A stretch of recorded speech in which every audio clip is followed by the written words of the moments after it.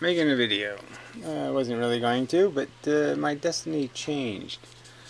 I did notice the Modern Mystic had posted a video 3 weeks ago called Trouble 3, where he plays 2 minutes of my explanation regarding Hafladay's interpretation of determinism. And I thought I rather eloquently and well stated the fact that determinism doesn't mean things don't happen. They don't have to happen in a sequence or an order. Like you have to get in the car and you have to put the key in the ignition and turn the ignition before you can steer the car, and the motor has to be running, and there's a sequence to things and an order, and that part of what's happening is a kind of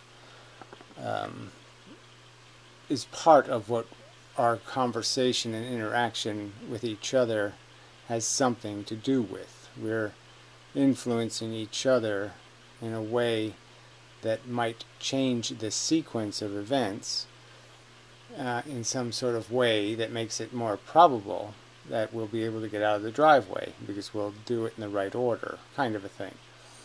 That there's no outcome without the participation of the players, and their participation has to be a certain thing they have to do. The key has to not break. If the key breaks, then the car doesn't start. That kind of thing. The key can't go missing. The key can't say, I'm tired, I'll go sit on the couch. Then the game doesn't happen. The war doesn't get won if people don't show up, and they're not going to show up unless they're motivated, and they might not be motivated unless somebody else makes them motivated. Alright, so today a weird thing happened, so coincidental to this, this determinism thing. Somebody showed up from YouTube, a fan, sort of, maybe, mostly, probably.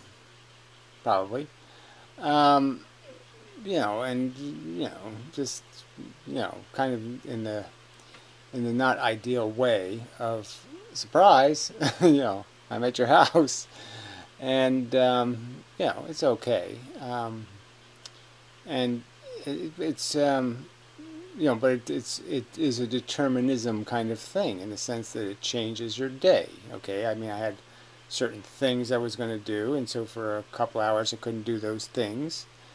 Because somebody else decided I was going to go do something else, which is talk to them, and that's okay. Like I said, it wasn't. It's not horrible, but it's not polite. Let's put it that way. I don't think. But in a sense, sometimes it's required. So that argument can be always made that sometimes rudeness works, sometimes in your face works, sometimes murder works. I mean, it's just a fact. Sometimes assassination is a good idea. It just happens to be that way. It works out better that way. It would have been worked out probably better if Hitler got assassinated. Anyway, so and the conversation was basically about his impression that I'm as is some other people's impression. So I was a little bit less than thrilled with the conversation because I really just don't care for other people backseat driving. That there's some great opportunity here for us to accomplish something, and somehow I'm just not organizing people properly, or not fostering or doing this in the right sequence or whatever. Saying the right thing at the right time in the right way, or that somehow I should be calling the celebrities and getting their endorsements and whatever I should be doing. Something different, not what I'm doing, would be the answer. And I'm not necessarily defending that I'm doing it right. I'm just saying that these other plans are a little bit under defined and described to be something worthy of investment. I mean, they're not compelling in my opinion. as plans. Okay, the get a celebrity endorsement plan is sort of like the underwear gnomes from South Park. I mean, okay, yeah, I'm not opposed. What do I do? Break into their house and extort them? You know, how exactly you do this? Get your endorsement. But anyway, so I'm just saying it was just a great illustration, though, how this that we're all butterflies and we're all moving air and we're all affecting other people and we're all changing the world. And the argument I would make is that if the world's going to be a better place than it is, we have to have these better conversations and say better things and be more inspiring or motivating or do a better job, or you just end up with more of the same, of the slop we have. Change doesn't come just by complaining. You have to do something. Like I said, the people had to go to the war and get killed and shit. It's not a, it's not a minor risk and sacrifice. Big difference between doing something and not doing something. And yes, not doing something is really cool and fun, but it isn't going to work. And I don't know why somebody as clever as this mystical guy wouldn't be able to understand that. Just kind of silly. I mean, of course we're going to do what we're going to do, and we're going to do it as if it was the only thing we could possibly do. Of course, that's the way it's going to happen from our perception. But I'm just saying, we do know the mechanics of it are, you have to have the interactions that make that possible. Somebody has to step on your toe, and then you look down and you see the bubblegum wrapper on the ground, and it happens to be a really good Bazooka Joe episode, where Bazooka Joe creates a great organization that takes over the world, and you say, without that bubblegum wrapper I wouldn't know how to do it. See, this kind of stuff happens. You have to bump into other people and other memes that change you and motivate you and inspire you. And again, on the subject of the modern mystic, it was in conversation with him that I came to the realization that I have more power to affect other people, to mess up their head, than I have power to do any of this will thing, or free willing, or power willing, or any of that crap. I can't make that where I can, in all kinds of ways, fuck with somebody else's destiny. I can't really fuck with my own. That part is kind of mechanical and running. And until something from the outside fucks with me, I'm not fuckable, quote unquote. Yeah, I can't do it myself. Something else has to fuck my brain.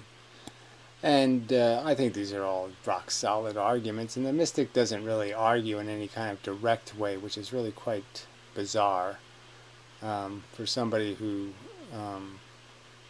kind of, you get the impression that he would have some appreciation for a well-articulated argument, not one sitting in the fog of some sort of obscurity and some sort of abstraction. His art is very abstract. Playing my video, entitling it Trouble 3, when Trouble 2 was a year ago. And the implication of the title has to do with a whole context that very few people are going to remember, that there's some sort of trouble with this language of talking about decisions brains make and how they make them. Again, I'm not arguing that we have a choice. I'm arguing that we are byproducts of the interactions, and that for us to act we have to have a reason to act. That we have to think certain things in certain order. Again, people don't go to war because they say, I feel like going to war.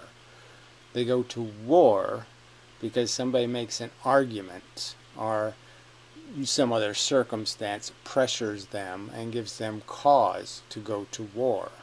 But they just don't do it because they see it on the deterministic chalkboard. It says, oh yes, I go to a war. Yes, I know that's in my future. No, they don't know it till they get to the circumstance that, and they make the calculation, and the calculation will be based on who's watching, who knows them, who understands them, and what they understand about what's an acceptable world to live in. But it's, you know, the sequence is the sequence. It will happen. Okay, I will or will not. I'll get up. I'll go sit in the car. I'll put the key in the ignition. The key will break or the key won't break. I mean, all these things will happen, and they'll happen for reasons.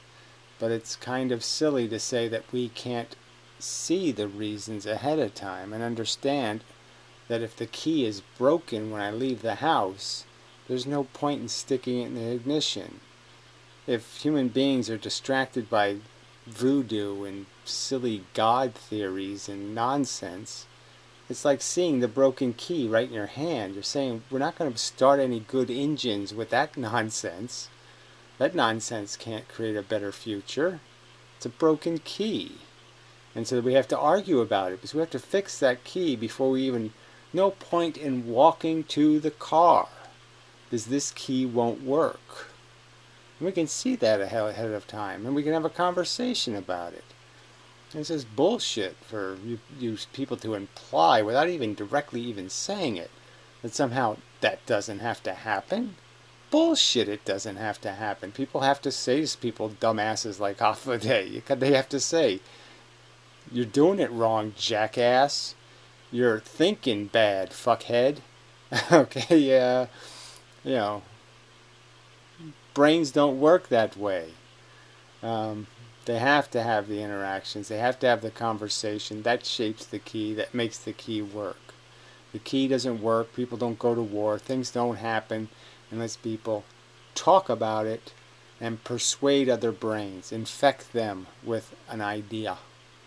And this is the only way to infect each other with ideas, is for the idea to roll in my brain and come out of my fucking mouth in some sort of verbal form, and then you receive it in your ears, and it reforms the idea in your brain, and you say, oh yeah, that is a good idea.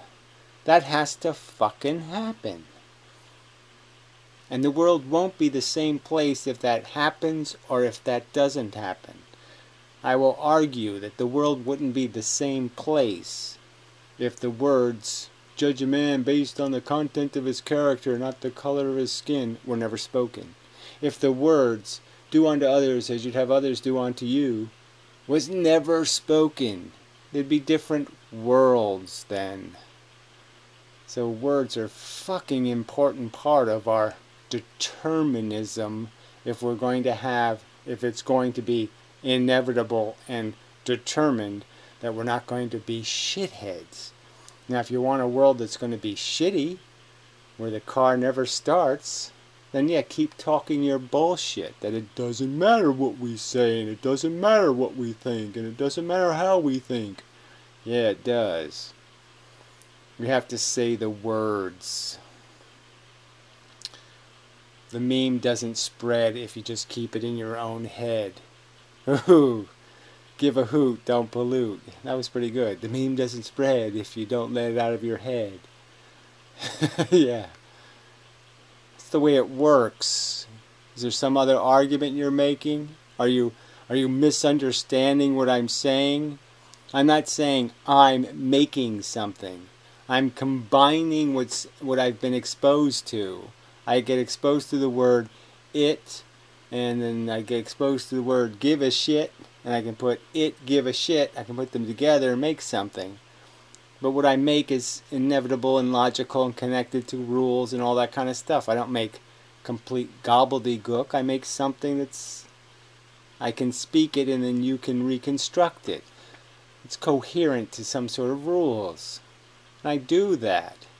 Yeah, it's not, I don't create it like a god creates a human being. I create it by doing logical math in my head. My brain adds up, associates a color red with fire. Okay, I know color red with blood. The color red with, I don't know, Chinaman. And all of a sudden, ooh, I hate the color red. Yeah. Bloody fire. Bloody Chinaman on fire. Yeah, so it doesn't like the color red now. Now, I didn't make that happen in my brain if it happens. But it does have to happen. It's part of how I become the machine I am. Robot who talks. Robot who talks about how you fucking sadistic lunatics ought to grow a brain and figure out that there's an awful lot at stake here. And if you just keep talking, la la la la la, I don't have to pay any attention to anything. I don't have any role to play here. I'm not the key maker or the key fixer. I'm just some jackass with his head up his ass who spouts stupid opinions that he doesn't think mean anything or have any influence on anything or change anything. Fuck. So, anyway, so that gets this whole subject of conflict and organization. It sort of gets back to the whole Thunderfoot fighting with his little Sargon buddy, his little, the little woman haters who can't get along.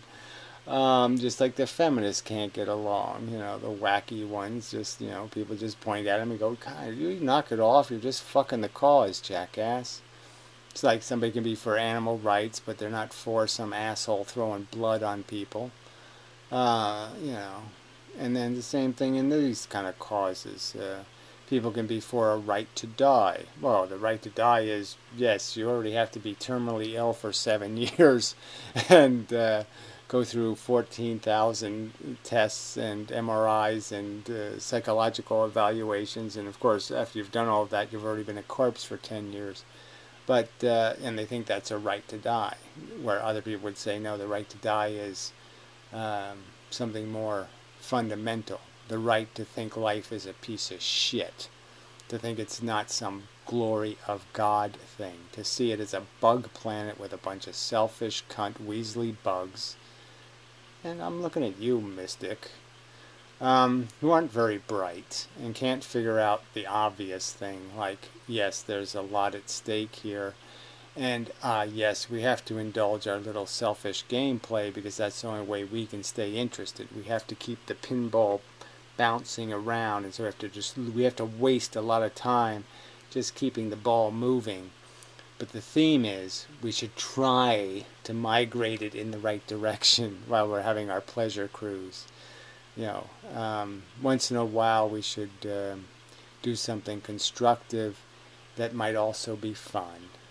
Yeah, you know, fight for a cause in a fun way, like how people fight against breast cancer by having their little fun marches, and they have a little social thing, and they cry a little, and they laugh a little, and la la la la la, and we bake some cakes shaped like a breast, and you know, muffins shaped like muffins. You know. Yeah, they have to put porn in everything, you know. It's, yes. I mean, it's just so bad. Speaking of porn, it was kind of funny. That was another funny thing. You know, every now and then I take a look at the Young Turks channel just to see if they got anything interesting to say. And, you know, they've gotten kind of tacky, right? So they're doing these bleed that leads kind of stories, you know, wacky, guy has hands sewn in chest or something. And they're like, who fucking cares? Somebody, what if you want to marry yourself? You know, some kind of bullshit like that. So they had some kid who got knocked off a pier, right? I mean, a 6-inch pier. You know, by a sea lion, right? So the seal just went up and probably thought there was something to eat there and just tried to, grab the shirt a little, pulled her, knocked her over, right? So she fell into the water. Somebody was videotaping it, right? Now, well, she falls, backwards, and they, basically took upskirt video of a kid, a girl, I don't know, 12 years old or something, who knows? It was it was basically kiddie porn, and they're playing it. You're just saying nobody could figure out. I mean, as soon as I saw that, I'm saying, why did you do that? You just upskirted that kid. I mean, it was porny. I mean, it was. Yeah, it's not where your eyes should be going. And I'm saying, and it's a woman doing the story, and you're saying she can't even figure out you shouldn't be showing, a 12-year-old girl's panties. I mean, so they finally took the video down for what, probably because somebody informed them that, I'm jerking off to this picture, and so they figured out, oh, we didn't notice. We're so obtuse. We're so disconnected from reality. We've got our heads so far up, alien asses, whatever, alien Americans.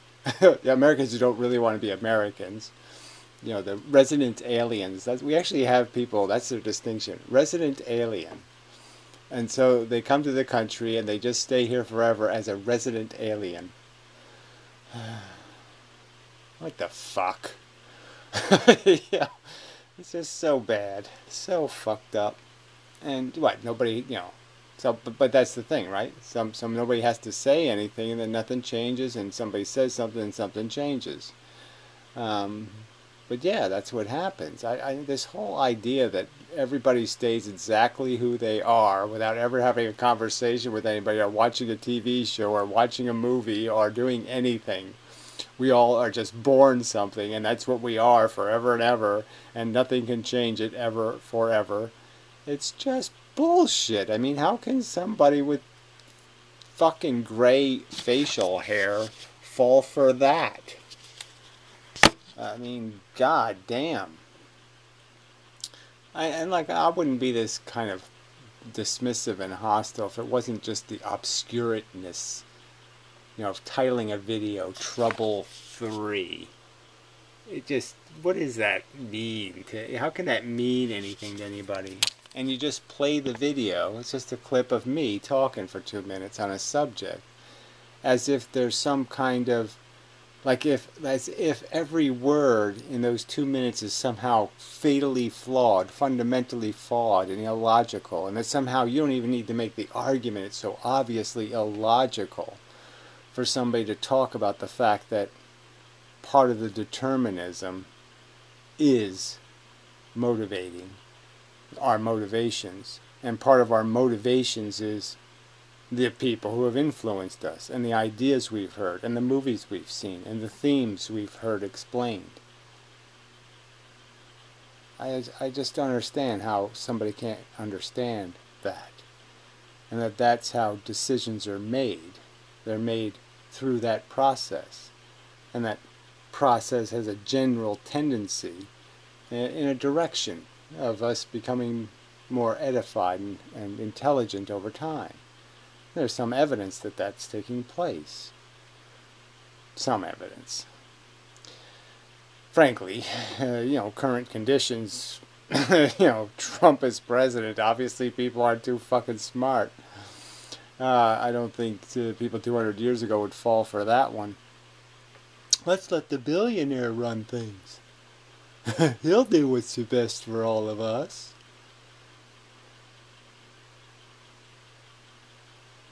So yeah, you fight a revolution to get away from the king, and then you let something worse than the king run the show. It's just pathetic. So, I don't know if there's much else I have to say. So, I hope the visitor guy got home okay. It was kind of an extraordinary way he got here, and just, not the best laid plan, I'd say. But anyway, interesting experience. Um, but, did force me, in a sense, this video wouldn't be made without his influence. And that's the truth of our lives. And so he'd like me to say something like, you people ought to understand that everything that lives or dies, anything that suffers tomorrow, it may be because you didn't do anything. You could have done something and you didn't. And can you explain that? Can you defend that while you defend your right to life? Can you defend the way you step on the things that are going to be harmed by the system you feed on? And if you're going to sit there and defend your life and defend living, then make the argument explaining how it's okay that those victims are what you have an entitlement. You're better than them.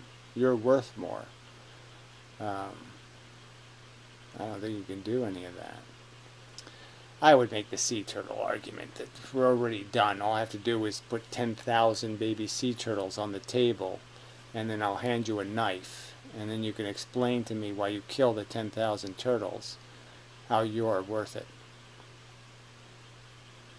I'm saying the sea turtle isn't worth it. The one turtle that gets to live. So we take one turtle and we put it in the bowl. That's the one that gets to live. The rest die. So go ahead, kill them. Show me that you know you're worth it. Because you're not. You know it. You don't play this fucking game. But that's what happens every day on this planet. Is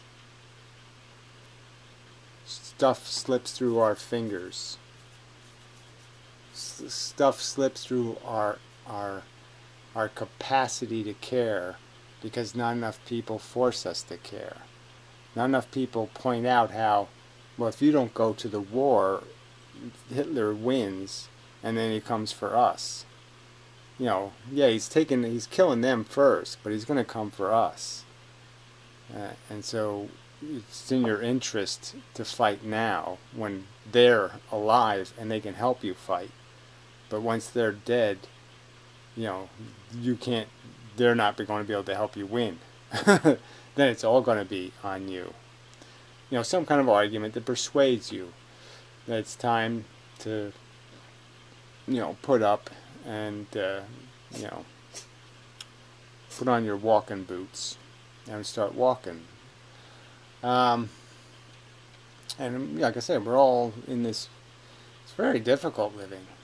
It's very difficult to sit here and try to find enough optimism and enough something to enjoy to make up for the part that is just outright disgusting, scary, horrid. Just thinking about all the things I've known that have I've known in some personal way in my life and had to watch them die. And, that's not pleasant. But the truth is, we have to motivate each other to have respect for that price, because it's going to keep being paid. If we don't keep talking about it and throwing it in each other's faces, then people are going to just glibly and easily slide into some perception that what they're doing doesn't have anything to do with all of that. That somehow I'm a wonderful person and my life is charming talk doesn't have anything to do with all that pain and suffering that's going to be tomorrow's echo of their little happy conversation today. It's fun making bombs. It's no fun having one dropped on you. I'm sure the nuclear guys making the atomic bomb, I'm sure they had some fun. Hey, look, we're making atomic bombs. It's kind of fun. Obviously the people killed, there were some people killed in the process that are irradiated and such. They didn't have a very good time. But everybody else felt very important and probably thought, well, how we're right on the cutting edge of doing something so big and important and blah, blah, blah, blah, blah. And they all felt very, very, we're winning the war, we're winning the war. Yeah. Because they weren't the Japanese people, the civilians damn things were dropped on.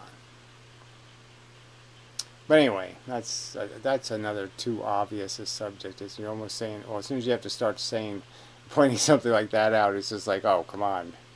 There's no hope for this key. You're never going to fix the key because it's made out of the cheapest aluminium in the universe.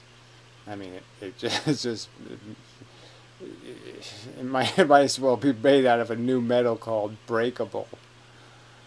Breakatonium, you know, that's all it is. So anyway, I think that's probably enough of a video. But yeah, organization is tough to do. It's hard to keep. It's hard to keep everything clear and untainted, and to keep ego out of things, to avoid any kind of rhetoric that is a non-starter for somebody, to be exclusive.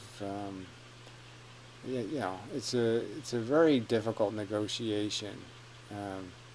Negotiating.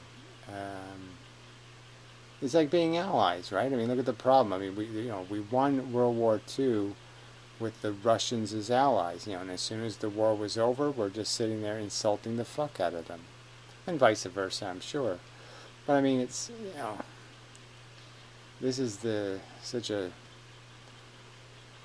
tragedy of our dilemma.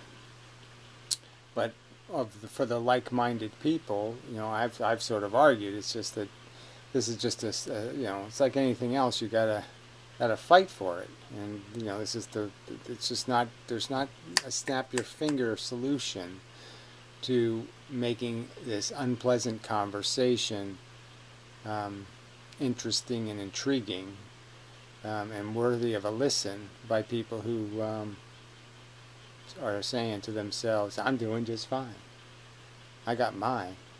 What's all these whiny social justice complainy types? And that's what we're up against. You know, people who it comes too easy to, being just totally unrealistic about the real risks and the real liabilities and the real problems that exist in the game we have created. The game of interaction.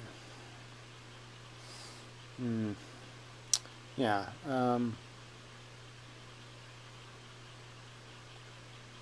Yeah. I mean, well, you can just, you know, like I said, yeah, it comes to mind just the obvious things. Again, I'm automatically a feminist just because I have a penis. I know I have a huge advantage. You know. How can I not cut a woman a break for that reason alone? And like I said, there's the other ones, the horrible period in the pregnancy and all the emotional shit. They have the hormonal issues. No, thank you very much. But anyway, I don't want to taint this video with that, because that's just going to be people's obsession, because we have one thing on their mind, and that's women hurt my feelings, and so I hate them, and I want to key their cars, and you know, they're just too fucking petty, you know, because a woman hurt their feelings.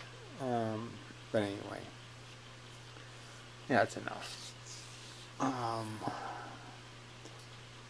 Because they're too high maintenance, because they actually demand something like respect, and these are the people who are so used to just calling everybody a dude, and you know, they're just the Thunderfoot types, very full of themselves.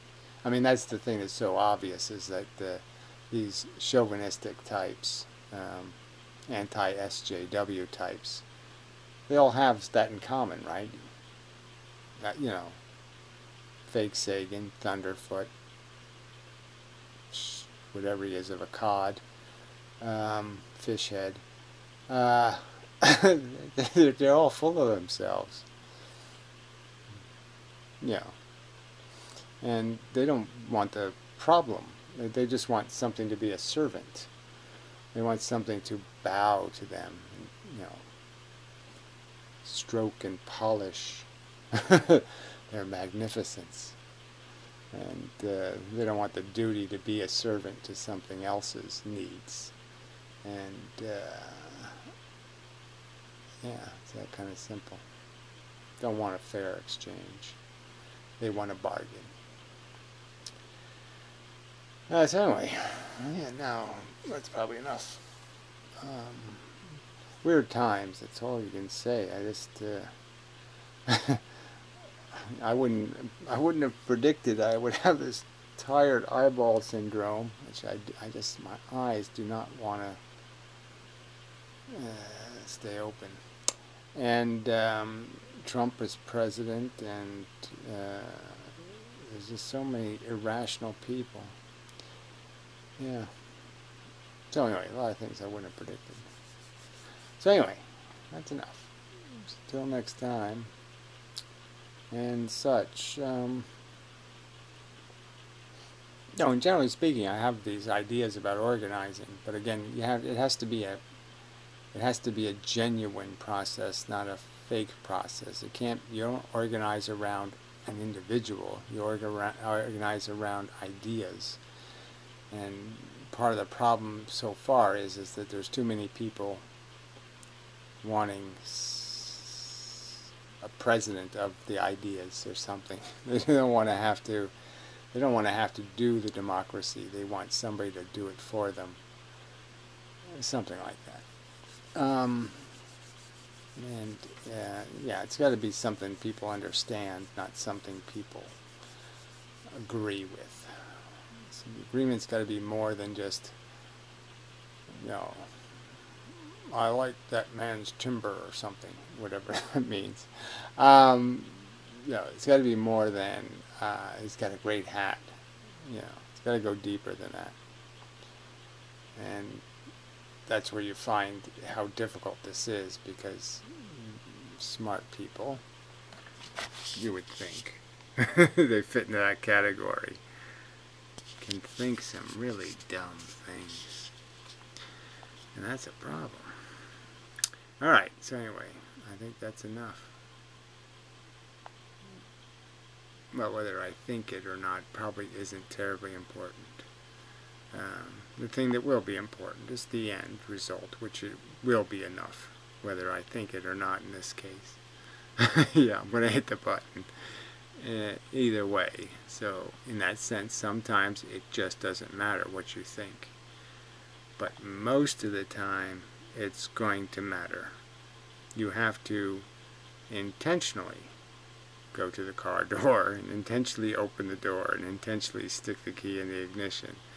You have to think all of those things have something to do with the outcome of, I get to the store, or something like that. And that's the way it really works. And if you don't do those things on purpose, you're probably not going to do those things in the right order, and therefore you're not going anywhere. So anyway, now I'm satisfied that's enough. Yeah, mostly.